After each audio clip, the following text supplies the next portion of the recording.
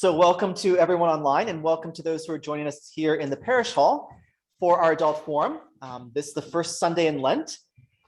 This begins a new 5-week series for us where we're going to examine the rules of life. If you were with us for our last series where we talked about Becca Elrich's book, Christian Minimalism, I sort of concluded on the note to say that Christian minimalism is sort of a way of life, a way of structuring your life.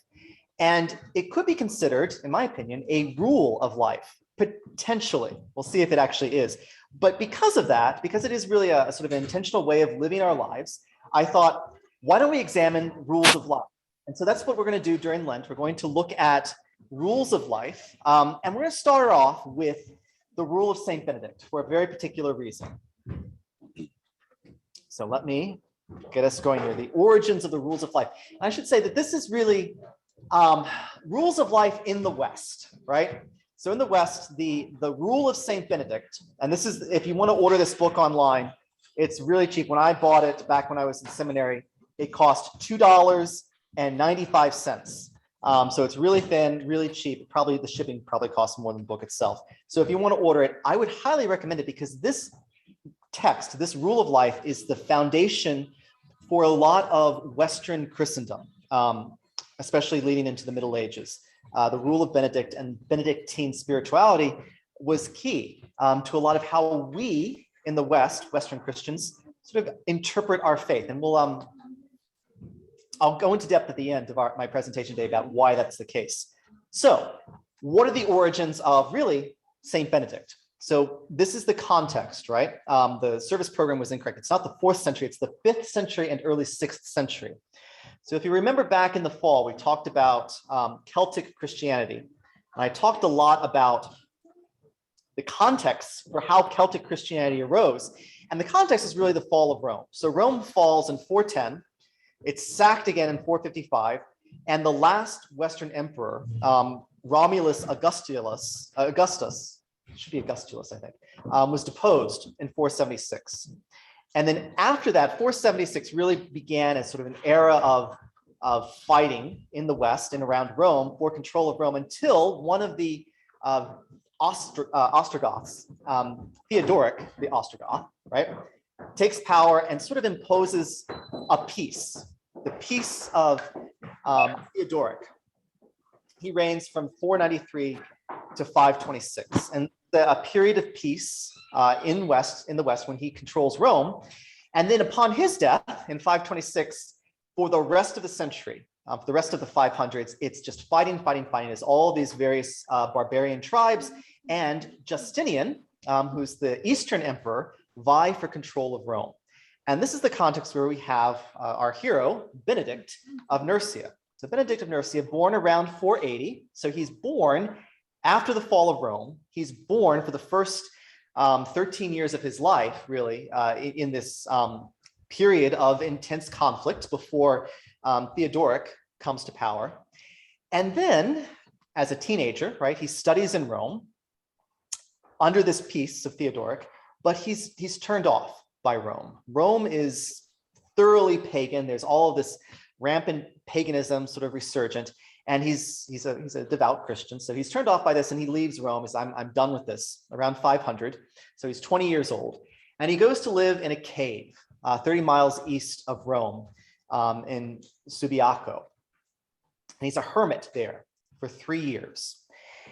And then, he gets sort of some contact with a priest that's out there who sort of gives him little tidbits of news from the real world, right? And during these 3 years, he's formed in the faith. He really sort of divines the way that God is calling him, right? And a local monastery had an abbot who died. And they said, there's a holy man, a hermit in this cave. We want him to be our abbot. And so Benedict says, sure, I'll be your abbot. And he goes and becomes their abbot. But this experiment failed. Benedict was too harsh for them. And so they tried to poison him and they tried to kill him. First by poisoning his wine. They gave him a cup of wine that was poisoned, and legend has it that Benedict prayed over his cup and the cup shattered. So he didn't get to drink his wine. And at that point, he's like, I'm done with you. And he went back to his cave.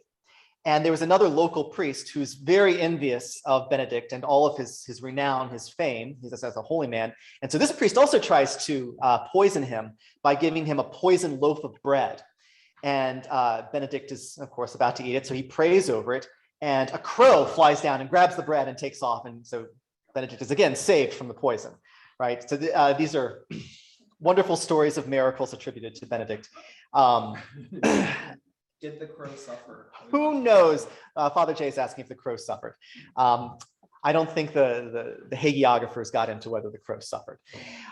He did found 12 monasteries in this region around Subiaco, and including what would be his 13th monastery, Monte Cassino, which is the mother house of the Benedictine order. Now, he wasn't intending to found an order. He just had a rule of life that was incredibly popular and one that stuck around. So, let's see. What is this rule? I'm going to move you all over so I can actually see what my screen says. Good. Okay. By the way, this is really all we know about Benedict. Benedict was sort of a mysterious character. All we know of Benedict really comes to us from Pope Gregory the Great. And Pope Gregory the Great was really interested in Benedict and sort of highlighting Benedict and creating a hagiography around this man as a way of showing that the West has holy men just like the East. So the Eastern Empire has all the great fathers, all the saints, all the mystics there in the East, right? And the West, which is beset by barbarism and by conflict, no one thought Christianity had any hope in the West. And Pope Gregory the Great said, oh, no, there are holy men over here too, and women, but of course he's a man, so he's focused on the men. Let me tell you about this holy man, Benedict of Nursia. And that's why we have stories about Benedict. Really, the only thing left of him that we have is his rule.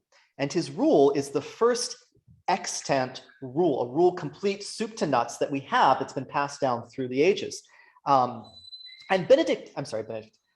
Gregory even says, if anyone wishes to really know about Benedict, right?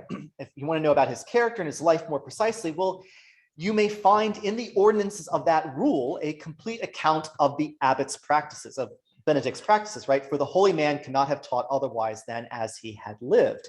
So really, if you want to know about Benedict, all these little stories about poisoned cups and poisoned loaves of bread, they're interesting. They may be apocryphal, but read his rule and you'll know a lot more about Benedict. So if you're interested in the lives of the saints, read his rule. In this rule, Benedict says he's not going to lay down anything harsh, anything burdensome, right? And he calls this rule a rule for beginners. It's a little rule for beginners. It contains directions for all aspects of monastic life, establishes the roles of the abbot, the roles of the prior, the roles of many of the monks in a monastery. The arrangement of the Psalms as prayers. So how ought we pray, right? Measures of correction from faults. So when people sin, how do you impose discipline, right? Even details about what you should wear and how much food and wine you should drink, right? But this rule is primarily Christocentric in that a love of Christ comes before all else. Now, a lot of this you might think, okay, this is a rule of life, right? I've heard this before. A lot of this was novel. You kind of have to hear all of this with new ears, right? So for example, the arrangement of the Psalms as prayers, right? Christians had prayed the Psalter for a very long time, right? Ever since the beginning of Christianity. Jesus was a Jew. Jesus probably prayed the Psalms. And yet to put the Psalms in a particular order and to pray certain Psalms in the morning and certain Psalms at Vespers in the evening and certain Psalms on certain days of the year, that came from Benedict, right? So that's something that we think of without second thought, and yet this was novel. So this is a foundational text in many ways. Let me get back to my next slide. Okay, now this is also something that you and I might think is common sense, right? But it was incredibly novel for the time. This rule stresses the importance of the person and of the relationships of people living together. So for example, in a monastic community, novices are free to leave at any time. And if a monk who's professed, right, decides to leave, he can be received back even a third time. So there's a lot of forgiveness in there. This is very accommodating of human nature.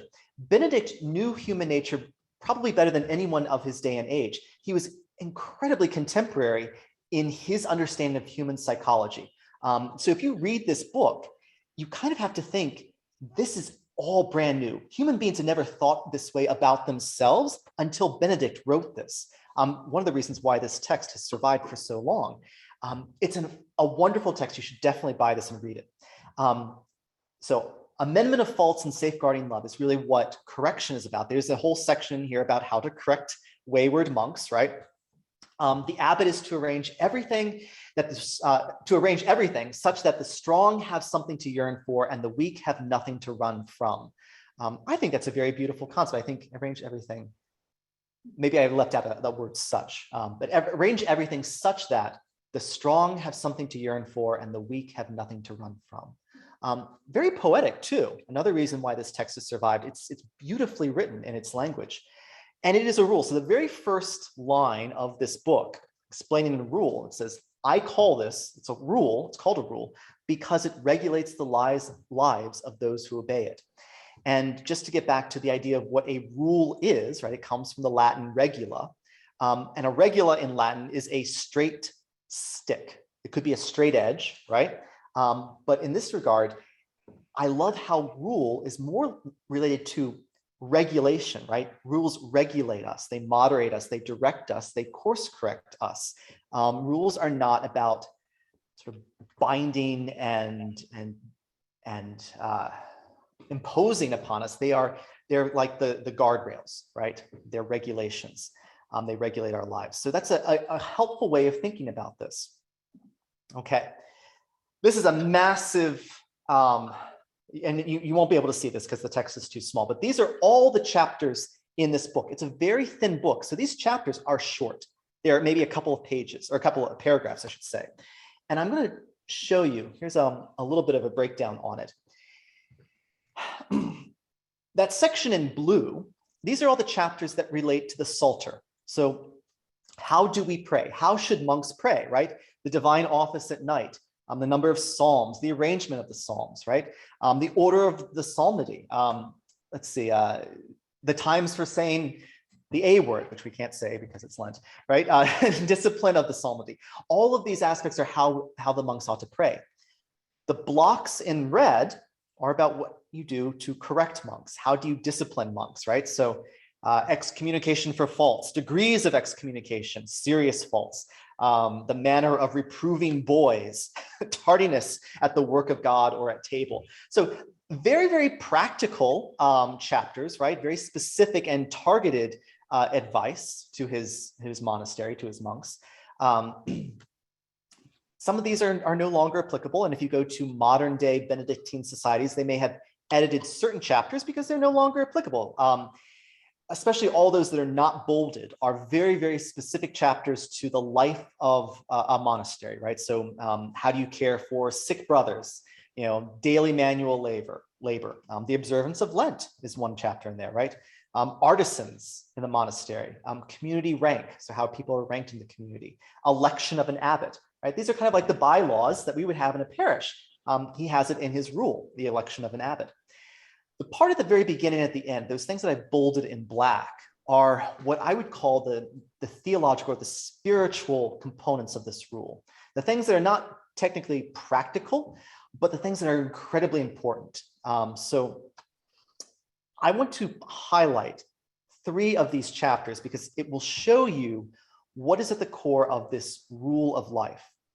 So the very first chapter, he defines 4 kinds of monks. So this is the very first chapter. This is how he introduces his rule, right? He says, there are 4 types of monks. In fact, actually, I'll quote him verbatim what he says. Let's see. Oh, that's the prologue. There are clearly 4 kinds of monks. First are the Cenobites, right? That's who we would call monks today. Those who belong to a monastery and serve under a rule. A-okay. Second are the hermits or anchorites. And he says, these are those who have passed beyond the monastic life. Thanks to the help and guidance of many, They are now trained to fight against the devil, self-reliant now, without the support of another. They are ready with God's help to grapple with the vices of the body and mind. Something important to point out there, right? Thanks to the help and guidance of many. You can't go out and become a hermit all on your own, in Benedict's opinion. You've got to live a monastic life first. You have to be trained within a community. And once you've had that foundation, well, then if you've sort of ascended to a higher level of spirituality, then yeah, sure, go and be a hermit and be self-reliant. But no one of their own volition can just be born and raised and say, okay, I'm going to go out and live in a cave and be okay with that, right? You kind of need support from others to be formed to be able to take care of yourself in such a situation. And then there's two other kinds of monks, quote unquote, right, which are in Benedict's day and age, certainly out there. We don't have these types of monks today, but the Sarabites, those who live without a rule, right? So these are monks who call themselves monks, but without a shepherd, they pen themselves up in their own sheepfolds, not the Lord's, right? Their law is what they like to do, whatever strikes their fancy. Anything they believe in and choose to do, they call that holy. Anything they dislike, they'll consider that forbidden, right? So these are quote unquote monks who might live in community, but they don't have a rule of law. Yeah. Well, I'm coming to that. Mary Grace. And then the fourth type here, and you can even see in the etymology of the name, gyro vagues, right? Like vagrants or vagabonds, right? And gyro, spinning, right? Those who spend their entire lives drifting about from region to region. They're always on the move. And he says they sort of rely upon the hospitality of others, right? They never settle down. And they're slaves to their own wills and gross appetites. Again, people without rules. Now, I bring this up because in Benedict's day, right?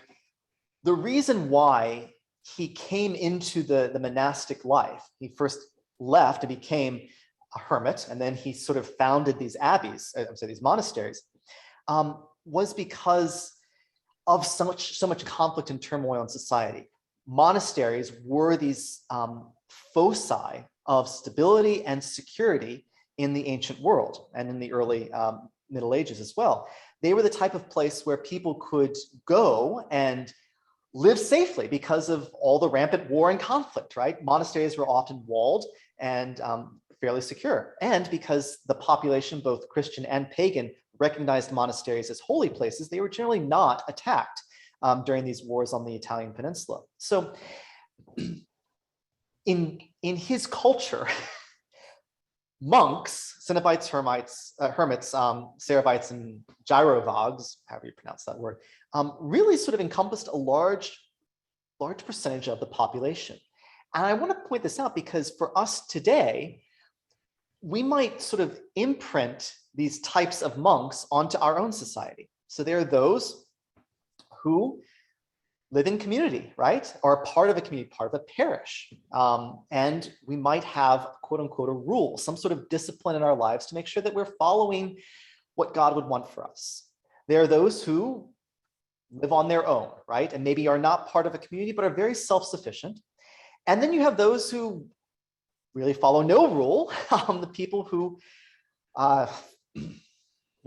do whatever they want. And they are either parts of communities or they're drifters. And I use this term broadly, right? I'm not talking about actual drifters. I'm talking about people in society that are not rooted within community, not rooted within a life of virtue and discipline, I should say. Whatever their discipline is whatever their heart desires. So, yeah, go ahead, Mary Grace. Yeah. I mean, if the hermits are dependent on, a monastery background, have the Sarabites and the gyrovags had any sort of a background, or are they religious types? The question is about the last two types of monks.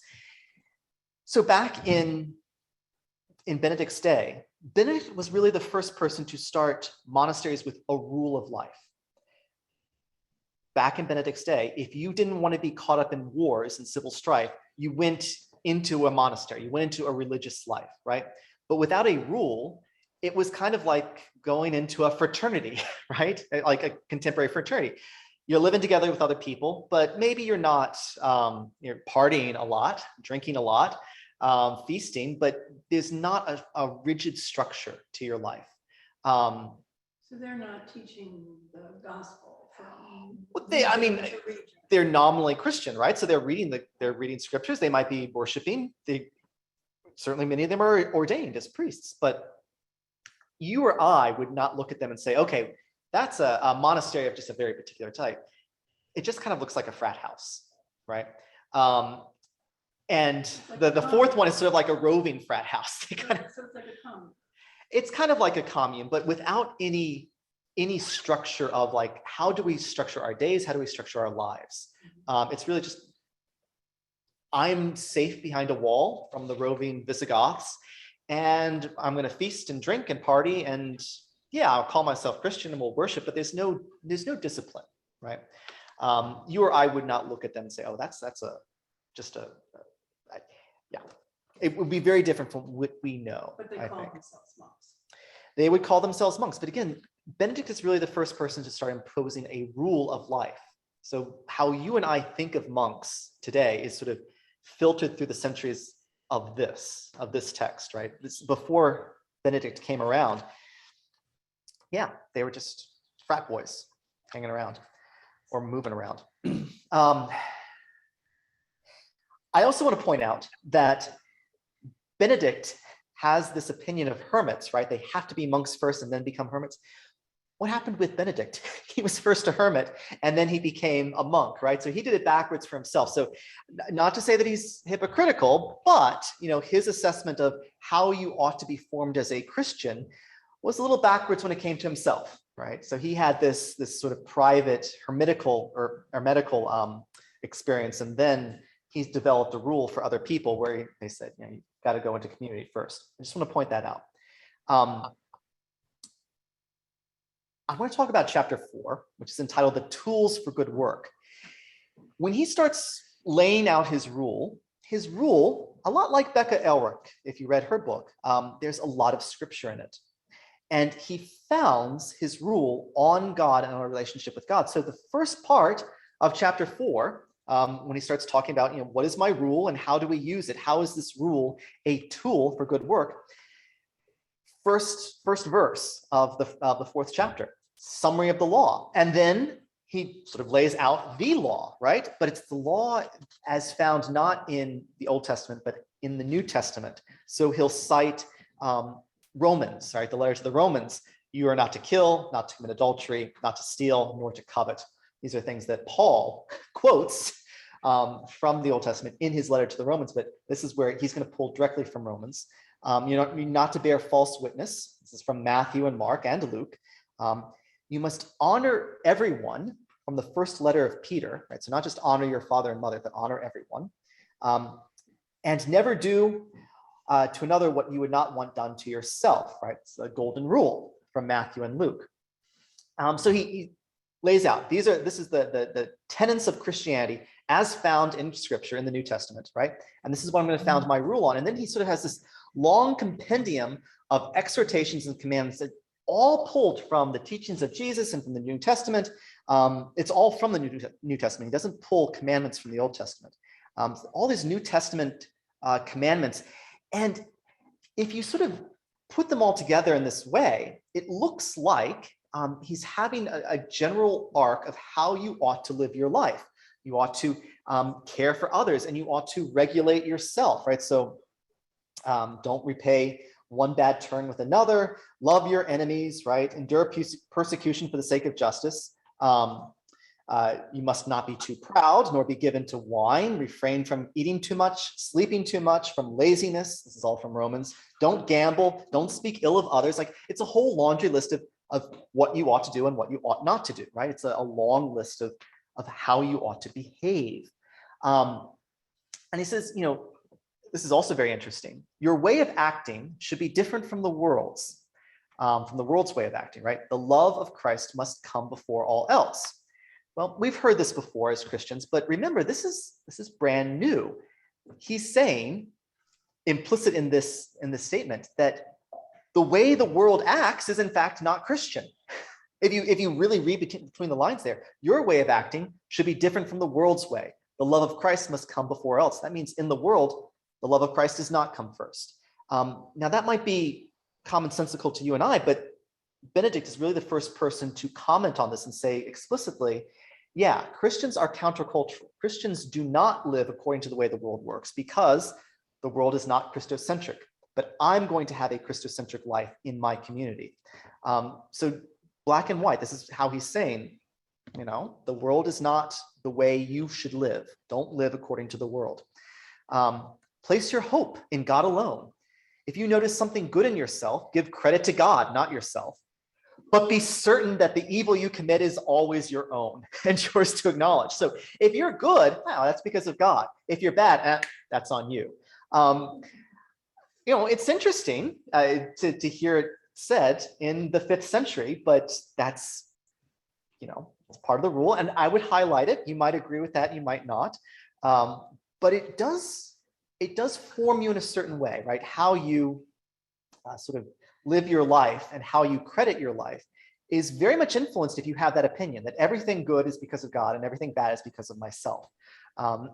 It might not be too self-affirming, but maybe that's what people need. If the context of society is one of rampant selfishness, of drunkenness and lawlessness, well, have this sort of self-effacing posture might be beneficial, right? And then this last one, right? Live in fear of judgment day and have a great horror of hell. Yearn for everlasting life with holy desire. Day by day, remind yourself that you are going to die. Hour by hour, keep careful watch over all you do, aware that God's gaze is upon you wherever you may be.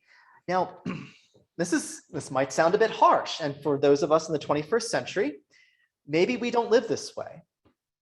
But again, this rule is a product of its time and place. And maybe this is exactly what people needed to hear, because if you're not living with intention, if you're not thinking constantly, even hour by hour, about how your life is being judged by God and is also a reflection of your relationship with God, well, then maybe you need to do that, right? This is why he's put it into his rule, that this type of granular intentionality is how we ought to live our life. It's not intentionality in sort of broad thematic strokes. It's about hour by hour. How am I thinking about my relationship with God?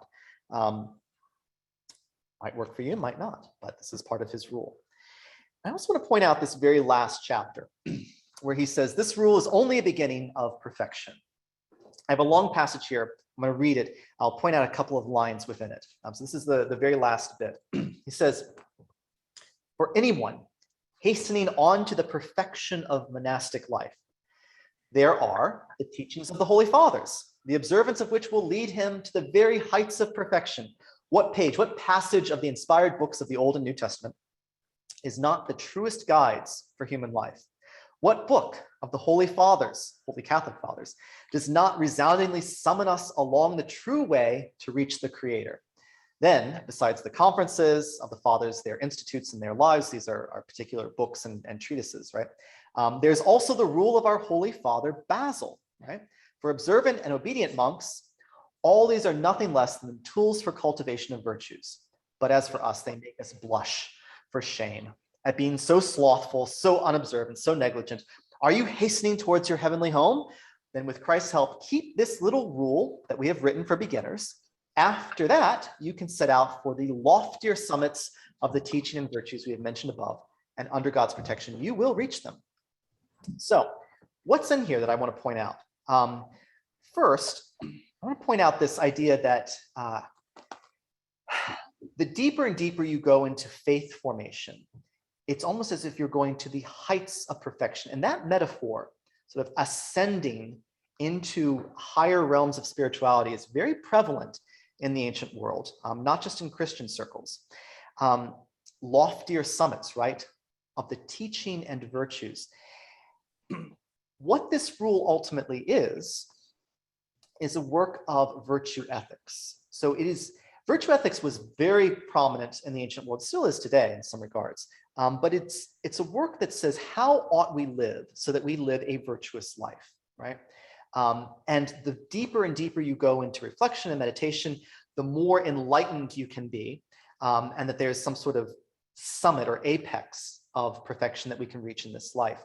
I also want to point out that in this period, we had just come out of what was now referred to as Gnostic Christianity, the idea that there's some sort of secret revelation of God, and that, you know, if you're a true disciple of Christ and you get into the right communities, you can have access to these loftier heights of perfection and spirituality by access to secret knowledge.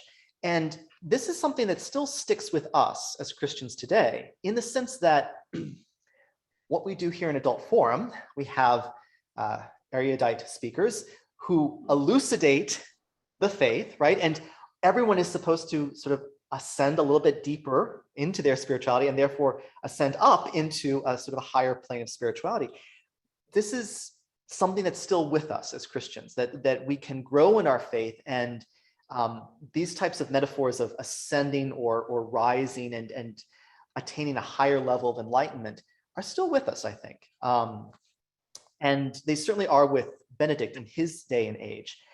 His text, again, a creation of his day and age, is very much influenced by centuries before, even before Christianity, into the time before Christ, in pagan and Greek and Roman culture. There's treatises about how to attain higher levels of enlightenment and understanding, and how you can become a more virtuous person. This is exactly that type of text, but only through a Christological lens. So that's where we're going to go with this. Today, I've talked a little bit about the rule of Saint Benedict. Tomorrow, I'm going to talk a little bit about the rule of Saint Augustine. And if you remember, also, I just mentioned in this last chapter, he talks about the rule of Saint Basil. Basil is a saint from the East. Obviously, his rule must predate Benedict's, right? And same thing with the Saint Augustine. Augustine of Hippo also predates Benedict. So there are certainly some other rules floating out there that Benedict knows of. We're going to talk about that next week. They're both predating Benedict, but also post-date Benedict. Benedict is the first rule that's actually a rule for communities. It's sort of a constitution, how a religious community could form and structure themselves. These earlier quote unquote rules are more discussions about the ascetic life. They don't come from one text, they're pulled from different sermons, from different letters and treatises. They're actually compiled much later, centuries later, into actual rules that religious communities can follow, but they don't come from one single source. This is the earliest text that is a single source rule, and it's the one that influences Western Christianity, unlike the rule of St. Augustine and the rule of St. Basil, which will influence Western Christianity, but many centuries later. We'll talk about that next week. And then in Lent 3, we'll talk about the rule of the Society of St. John the Evangelist, contemporary rule for the monastery across the Charles River in Cambridge. You'll notice that we've switched from the rules of particular saints, St. Benedict, St. Augustine, to the rule of a society, right? So this is a rule that's very explicit, that it's not centered on a person, the person who wrote it, whoever that is. It's centered on the community that has adopted it. Now, Lent 4, we'll talk more broadly about virtue ethics. How do all these rules come into play for the virtuous life, how we structure our lives towards virtue? And then Lent 5, I'm still sitting on this a bit. I'm a member of the Fellowship of St. John, which is I joined as a lay person, but it was a lay fellowship for the monks to join in them in prayers and ministry. And as a member of the Fellowship of St. John, you're supposed to write your own personal rule of life, which I've done. I have not shared it with anyone, but I'm thinking of sharing it with you, because ultimately I'm going to invite all of us, if you're so inclined, to draft a rule of life for yourself.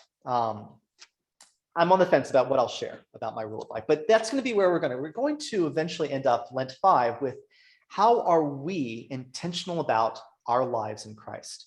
Is it just coming to a Good Shepherd on Sundays and maybe saying our daily prayers, but how, or is it something like Benedict, hour by hour, we are reflecting and praying on the fact that, we belong to God, or that God is judging us. I don't know what your personal rule is, but you might want to craft one, right? Write something down to hold yourself accountable. This is where Becca Elrich's text will come back into play, right? Accountability is important in our lives of intention. So that's where we are now.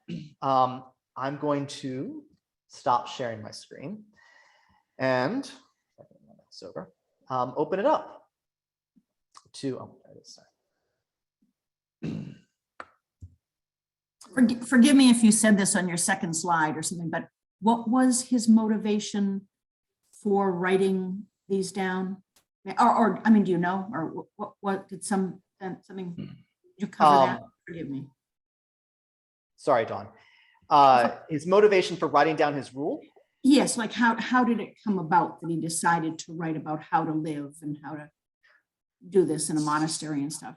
Well, he was actually called to become an abbot of a monastery. And so he wanted to have a rule to teach the monks that called him how to live, right? So he was in that leadership position. He was in a leadership position. He wrote this for the communities that he was founding. And the other two things that you just mentioned, Rule of St. Augustine and Rule of Society of St. John, are they also books like that book you showed us? So I mean, you don't have to buy this as a book, right? This is available as a PDF online for free if you want it. It's even the whole text is probably in the Wikipedia article, according to same thing with the rule. I know. So this is $3. It's worth it. It's worth it for me to have on my bookshelf. I don't own a copy of the Rule of St. Augustine. I'm going to download that and sort of read it as a free text. You don't have to buy this text, the Rule of the Society of St. John the Evangelist, if you don't want to. You're invited to if you want, but it's not necessary. None of this, of course, is necessary. But what's recommended is this one. And again, the Rule of St. Augustine, I don't know, because again, it's a rule that was developed in the 11th century, which we'll talk about next week. But yeah, it's a different type of Christianity. We'll get to that. Thank you. Mm-hmm. I was just going to say, you made me feel a little guilty when you talked about the fifth week, because you said, now if your personal, you said if you just come to so I mean, okay. My apologies. Mary Grace is saying that I imposed judgment upon her by saying that the bare bones minimum is weekly attendance at church and daily prayers, right? That's a lot more than 99.9% of the world right now in some regards, right? Not unjust, really. Yeah, there's a lot to that. There's a lot to attending church every week and saying daily prayers. And that might be absolutely where God needs for you to be. At the same time, that means you can also shut your brain off to spirituality all the rest of the day and the rest of the week. That might be okay. You might, I mean, look at my husband, right? He's in charge of a big corporation. He's got to think about his job. He can't be thinking, every hour I'm going to say a short little prayer. Like it doesn't fit into his life, right? And that's fine. It's absolutely fine. But if you have time on your hands, if you feel like you might want to have a more structured relationship with God, you might want to start putting into your life, okay, every day at noon, I'm going to stop and say a prayer if you haven't been doing that, right? Or you could, again, we're getting into week 5, what you can do, but like journaling, how you could process and think and reflect about how your relationship with God is changing and evolving over time. These are all ways in which you can be much more intentional about thinking about your relationship with God. So, thank you, Mary Grace. I was being called to task. Other thoughts, other questions? Yes, I see Mary Ellen. I love it. The presentation today was great, and it has a lot of insight, and we can see how each week's pattern will bring us to the point of where you're taking us into week 5. I have a number of times at Bible study, I have said, it's come up in discussion, and I've used this phrase that I want to sometimes say to people: how's your prayer life? Mm-hmm. And, we've had discussions about that on whether or not I'm being too nosy or being too involved, and it's too personal a question, but I'm not doing it for that reason. I'm doing it actually to explore exactly what you're speaking of, and this rule of I'm not following a rule.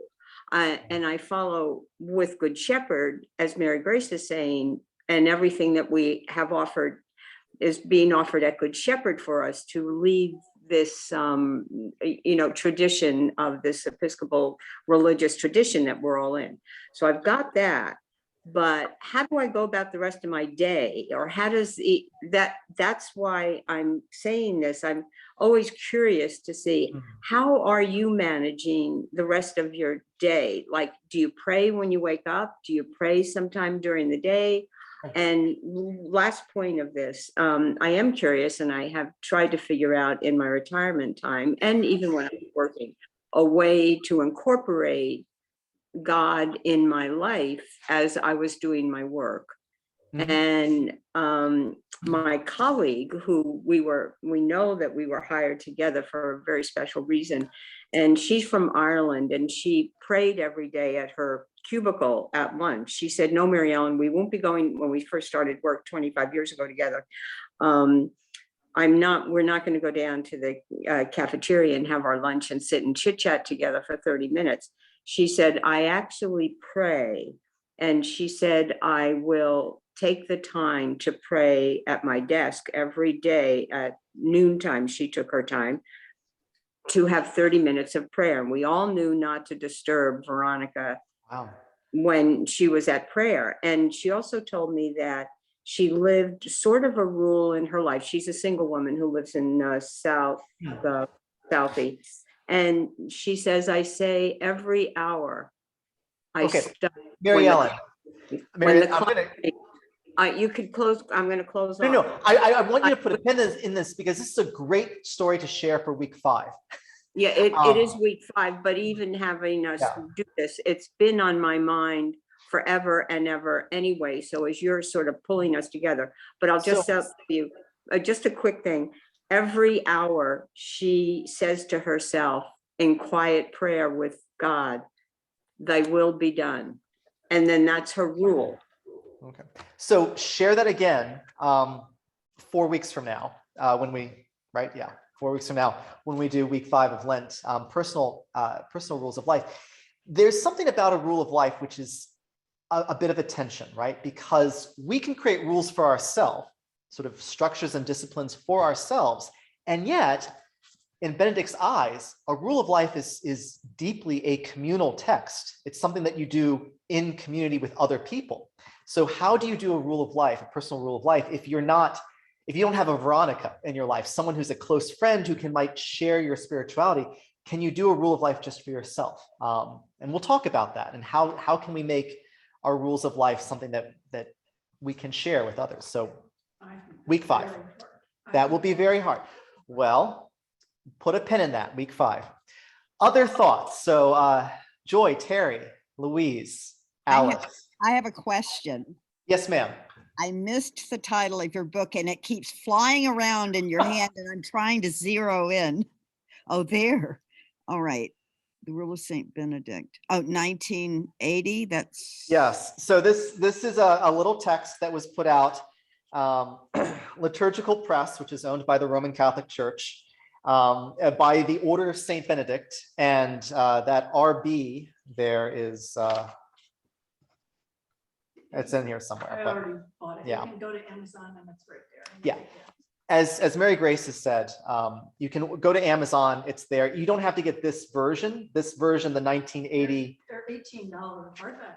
Yeah, there's more expensive $18 hardback copies. You can also download the entire text for free from the internet as a PDF. I like this book. I have notes in it. It's an interesting read from a historical perspective, because if you look at this with fresh eyes, I'm just bowled over by how modern it sounds, and it's written in the 5th century. Benedict was a man way before his time in understanding human psychology. So for that reason alone, if you're interested in history, get this book. sorry, as it flies by the screen yet again. And there is Terry or Louise? nothing new under the sun. There isn't, no, but there's sort of certain men and women who are the first to really popularize what's not new, right? And advertise it and explain it in ways that are new. Yeah, so I went back and read the Rule of Benedict yesterday. Yeah. And one of the things that I noticed, I mean, I think that things like this are always a reaction to present circumstances, to the present moment, right? Like some of this, as Michael said, is really not important to us because he's trying to bring into order these unruly monks of the 5th century. Yeah. So he's reacting to that. So I think there are parts of any rule that don't speak to us, but I think given the right context, it does when it allows something like that to challenge us in the present moment. And I think that one of the dangers is we can look at something like this and say, oh, that's too, that's too much. You're asking way too much of us. Or if we actually attain to this, to look down on others who can't do any of this. And my sense is Benedict, anybody who has attained to something like this would say, no, you cannot do that. I mean, I think of James Fowler, who talks about the 5 stages of faith in life and going from stage 1, which is very childhood faith, to stage 5, which is transformational faith. And he says, one thing you cannot do when you're at a low stage is to look up and say, oh, that's too high, I'll never get there. Or if you've gotten to a high stage, to look down on one of the lower ones. He said, it's like a ladder. Wherever you are, you have to be thankful that there's a rung right here for you to hold on to. Because if there weren't a rung right here, you wouldn't have gotten to this point, and you wouldn't be able to get to the higher one. Yeah. And I would say, just to follow up on that a little bit, it's becoming a little clearer to me, after reading the Rebecca's book. Yeah, Becca's. Becca. Yeah. I got sort of overwhelmed with all that, thinking this is it's too much. And what I'm beginning to realize is what Jay just said. There are rungs that you can get to, and you can get overwhelmed setting expectations for yourself or for the world or for anyone, And so this has been good for me. I'm so glad, Mary Grace. Yeah. Maybe I'll get Thank you for all that. Other comments before I That's the only way to get higher. other comments from Louise or Terry or Alice? And if there's no comments, that's perfectly fine too, because we're almost at our time. Well, thank you for coming. I do want to just sort of wrap up what you just said, Mary Grace, which is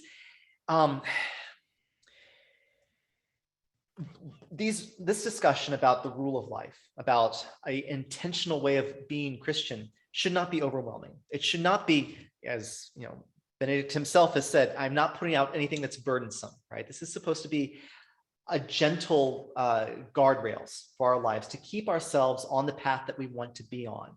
It's not to set barriers that we've got to jump over to become better Christians. We know ourselves what God is calling us to. God already speaks to our heart and our soul. So given what we've already discerned, how can we become better? It's not, God never puts barriers before us that are too onerous for us to step over.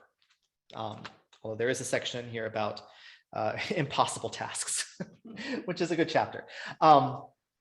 With that said, thank you everyone for coming to our adult forum this Sunday. Thank you. This is being recorded. It'll be on our website, so you can come back and see me trip over my words. But I will see you all next Sunday for Lent 2, where we'll talk about the rule of St. Augustine. We'll also throw in a little bit of Basil there and developments in rules of life in the Middle Ages. So that's where we're going. Thank you. So this doesn't go all the way to Easter.